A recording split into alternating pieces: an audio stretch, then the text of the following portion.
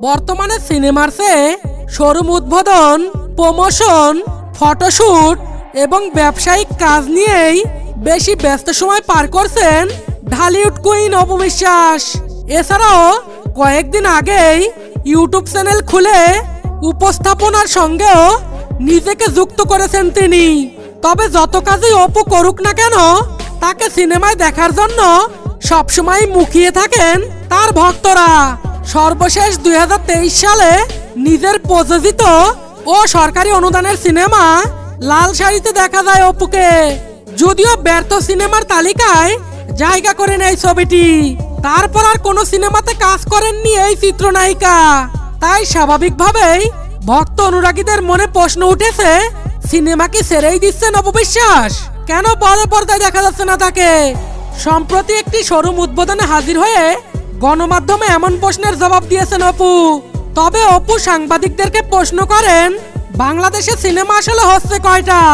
আমাকে সবসময় বলা হয় সিনেমা কেন করছেন না। এখন আমার সিনেমার সংখ্যা বাড়ানোর চেয়ে আমাকে দেখতে হয় সিনেমার মানের বিষয়টা এবং বাজেটের একটা ব্যাপার আছে। আমি সেটাই দেখছি। যেহেতু আমি চলচ্চিত্রের মানুষ, আমাকে সেখানে অবশ্যই দেখতে পাবেন। তাহলে এই সময়টা কি করে পার করছেন তিনি? এমন প্রশ্নে অপু বিশ্বাস বলেন, বর্তমানে তিনি শোরুম উদ্বোধন, প্রমোশন এবং ফটোশুটের মতো কাজগুলোতে নিজেকে ব্যস্ত রাখছেন।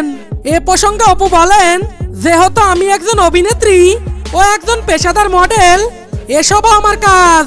এই কাজগুলো নিজেকে ব্যস্ত রেখেছেন তিনি। তবে ভক্ত অনুরাগীদের প্রত্যাশা তিনি যেন শাকিব খানের সাথে শীঘ্রই বড় পর্দায় ফিরেন। বলে রাখা ভালো, 2006 সালে এফআই মানিক পরিচালিত কোটি টাকার কাবিন চলচ্চিত্রে প্রধান নায়িকা হিসেবে অপু বিশ্বাস অভিনয় শুরু করেন। এই ছবিতে তার নায়ক হিসেবে ছিল শাকিব খান। কোটি টাকার কাবিন চলচ্চিত্রটি ওই সময় ব্যবসায়িকভাবে সফলতা লাভ করেন। এরপরে অপু বিশ্বাস 72টিরও অধিক চলচ্চিত্রে শাকিব খানের বিপরীতে অভিনয় করেছেন এবং 2008 সালে অপু বিশ্বাস শাকিব খানকে বিয়ে করেন। অপু শাকিবের ঘরে একটি পুত্র সন্তান রয়েছে। তাদের ছেলের নাম আব্রাহাম খান জয়। কিন্তু 2017 সালে অপু এবং শাকিব খানের বিচ্ছেদ ঘটে। তারপর থেকে অপু বিশ্বাস একাই ছেলেকে নিয়ে বসবাস করছেন। তো বন্ধুরা, এই ছিল আজকের ভিডিওটি কেমন লেগেছে তা কমেন্ট বক্সে লিখে জানান। আর অপু বিশ্বাসের কোন সিনেমাটি আপনার ভালো লেগেছে সেটাও কমেন্ট বক্সে লিখে জানিয়ে দিন। এবং পরবর্তীতে নতুন নতুন ভিডিও পেতে চ্যানেলটি সাবস্ক্রাইব করে পাশে থাকা বেল আইকনটি অন করে রাখুন। আল্লাহ হাফেজ।